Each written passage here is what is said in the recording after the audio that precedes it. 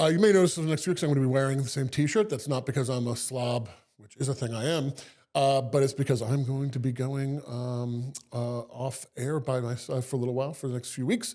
So I'm going to tape a whole bunch of fun stuff for you guys to watch. It's going to be amazing and totally up to date, I promise you. Let's get into it.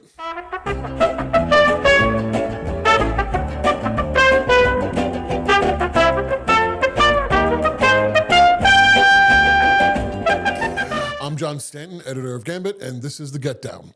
The Operation Catahoula Crunch, which is such a terrible name, continues in the New Orleans region. We've seen a number of things happen with that this week, actually. One of them was kind of fascinating. Billy Nungesser, the lieutenant governor of Louisiana, came out pretty much against it.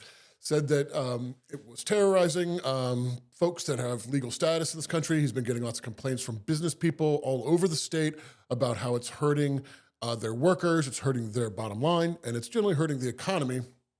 To which, of course, Governor Landry, being the measured and calm and temperate man that he is, had his press secretary come out and accuse Billy Nungesser of trying to give criminal people who from other countries more rights than Americans. Which is a crazy thing to say and legitimately false and just kind of wild to watch, Republicans eat themselves on an issue of basic human rights. So that happened. And then we saw in the parishes, there's been a lot of focus on New Orleans, obviously, although very few detentions have happened here in the city, and they have the paramilitary units have primarily stayed out in the suburbs and in the parishes. And while a lot of folks would have you believe that people in Jefferson Parish, St. Bernard Parish, St. Tammany Parish are 100% totally super racist and hate every Latino person they've ever seen and want them rounded up and driven into the sea, that is not actually the case. This last week at the Gretna City Council hearing, or I guess Parish Council hearing in Gretna, lots of regular citizens from the parish came to talk about how they are very upset with what's going on. They don't like the fact that their neighbors are being terrorized. They don't like the fact that the children in their classrooms are not coming because their parents are afraid that they will get disappeared. They complained about how it's hurting their businesses, and they just generally said that it was a bad thing that was happening, and we're calling on the parish government to step up and help. While that is probably pretty unlikely, the governments in a lot of these areas seem to be pretty out of step with the populations, particularly in Kenner, where it has an enormous immigrant population. It is increasingly diverse there. It's got some great food from all over the world in Kenner. The government there, of course, is actively participating in hunting down its residents, which is wild. But the people in Kenner are not assisting. There was some great videos that came out this last week, including one which I'm sure everyone saw, of some folks at a Brothers gas station who basically locked the doors and then totally clowned Greg Bovino to his face for being a little punk. And it was kind of very heartening to watch that, regular folks in Kenner and everywhere else in the state, quite frankly, are very, very upset about what's going on. So that was all very good news to have happen. And helps restore some faith in humanity. And this is the time of year when we could use that. So good on you guys. This week's issue of Gambit is our annual Project Censored list of the top 10 most underreported stories by the mainstream media. We have been publishing Project Censored's list for decades, and invaluable resource for anybody that wants to know what's going on in the country that is not being adequately reported by the mainstream media. There are 10 stories in there, and when you go to see it, you're going to see a lot of sort of similar things.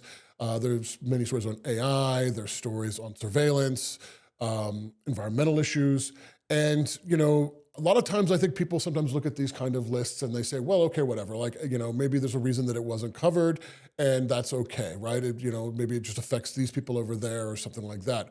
But one of the stories that is in the list actually has become covered in the last few weeks here in New Orleans, and that would be their story on ICE's surveillance, online surveillance of American citizens.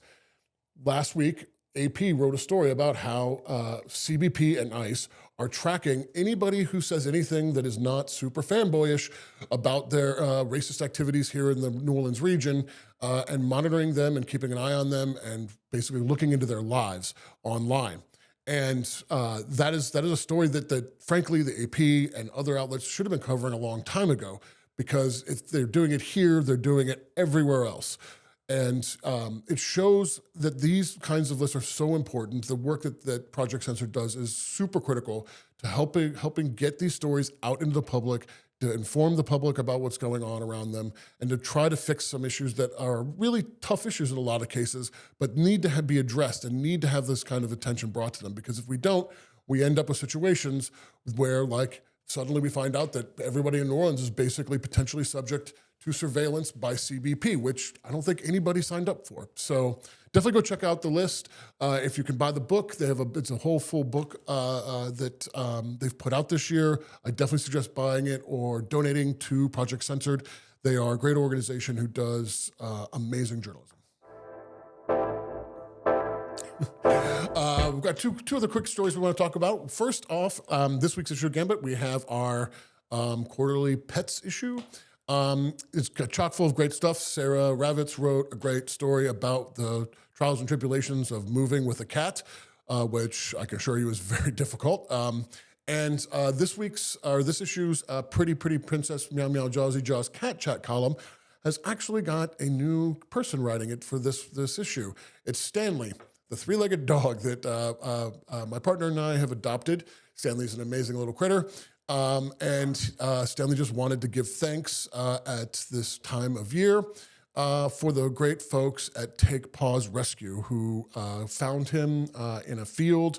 He was badly injured, and they took care of him, nursed him back to health, had his front leg amputated, and then brought him to us. And so definitely go check out the pets. We also have your holiday pet photo submissions, which is always amazing and wonderful.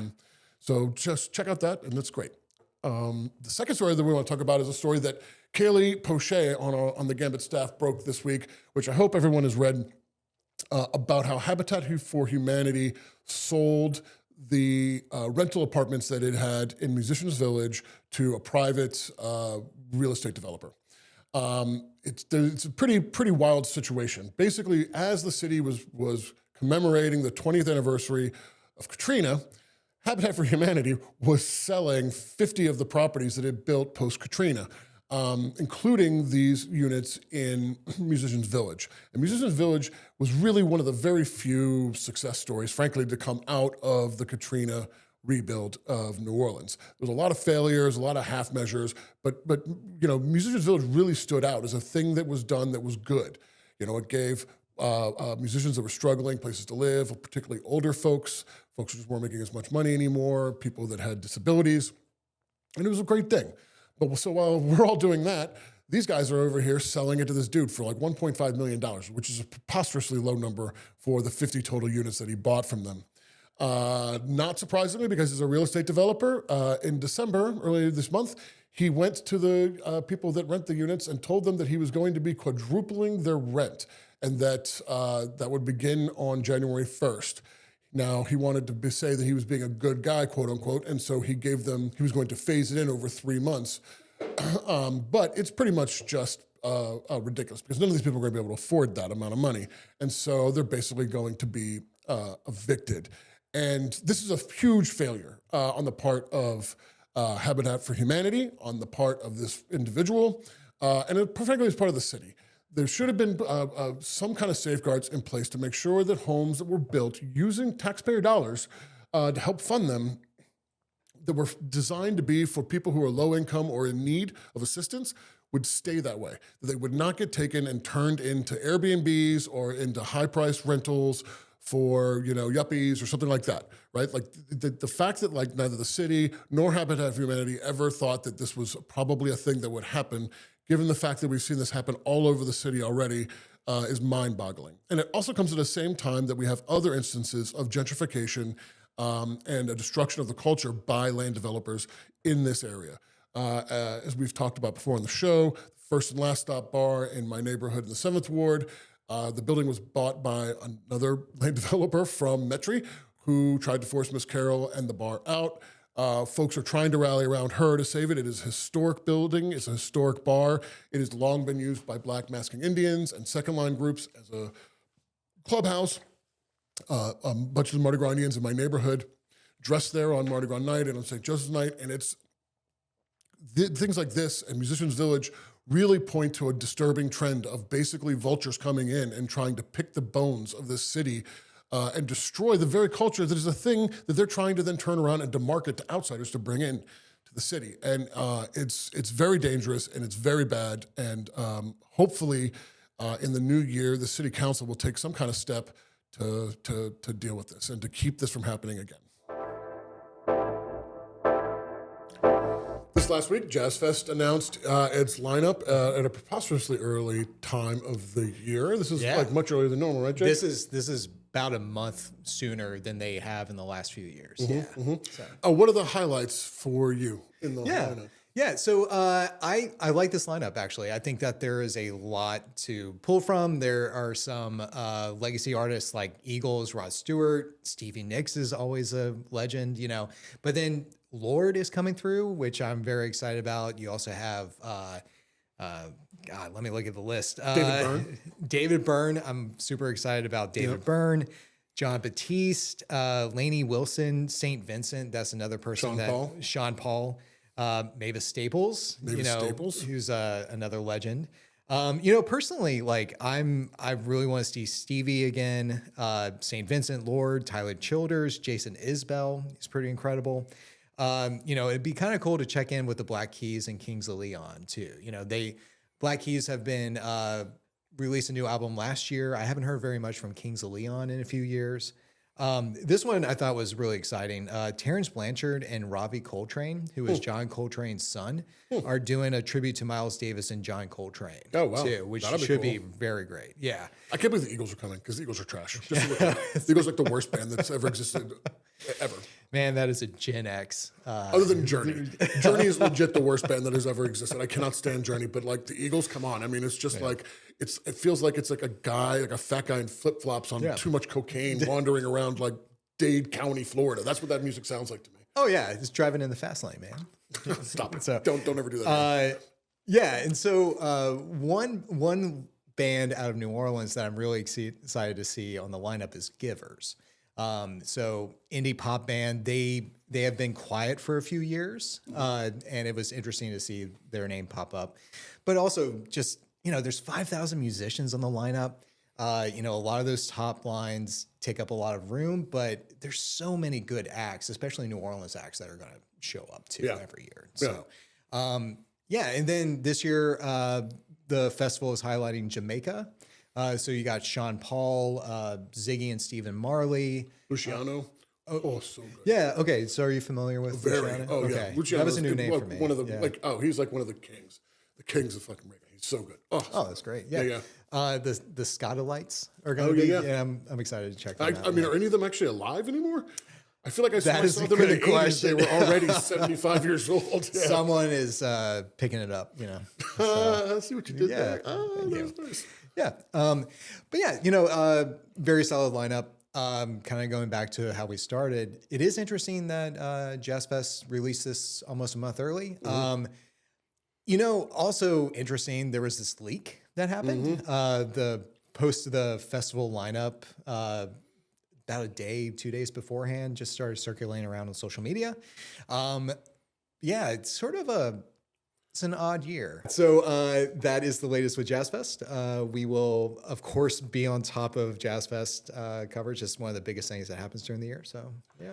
Great. You can tell me how Hotel California sounds for the umpteenth time. Absolutely. Finally, and another thing. Normally, I am not one to say you got to give it to, whatever terrible human being there is that is being talked about. But, and this is weird and kind of painful, I am going to have to give some kudos this week to Billy Nungesser, the Republican lieutenant governor of the state of Louisiana. Billy has stood up to the governor, to the president, to the paramilitary units from CBP and ICE in defending our immigrant communities here in Louisiana this week. When the governor came back and attacked him and accusing him of trying to give criminals from outside of the country with more rights than regular citizens, Billy doubled down and said, no, this is crazy. We should not be making people who are here legally feel like they are in danger. They should not be getting wrapped up in this. They should not be getting detained. They should not be missing work. And even if his motivation is largely an economic one, it's still good to see because he didn't have to do that, to be honest. And a lot of other Republicans and a lot of other Democrats and a lot of other people in general who know that this is a bad policy, that this is an evil policy, and that it is inhumane, aren't doing it because they're afraid of getting blowback from the president, from the governor, from CBP or ICE. And it does take courage to stand up and say that you don't believe in what they're doing. And so, I got to give it to Billy Nungesser. The man's standing on a principle, and it's not one that is going to make him any friends in Washington, that's for sure, and is probably going to put him at significant odds with the governor for the foreseeable future as this continues. Because Governor Landry hates immigrants. He hates minorities, and it's just a fact. And he wants to have them round up and taken out of the country. And he is gleefully supporting President Trump's occupation of South Louisiana right now. So good job, Billy Nungesser, for standing up for our communities. Anyway, that'll do it for me this week. Be sure to head over to bestofneworleans.com to check out all the latest news and the issue of Gambit. Be sure to become a member of the Gambit crew to help support our journalism and smash every like button like it's that kid that you had a crush on when you were in 8th grade.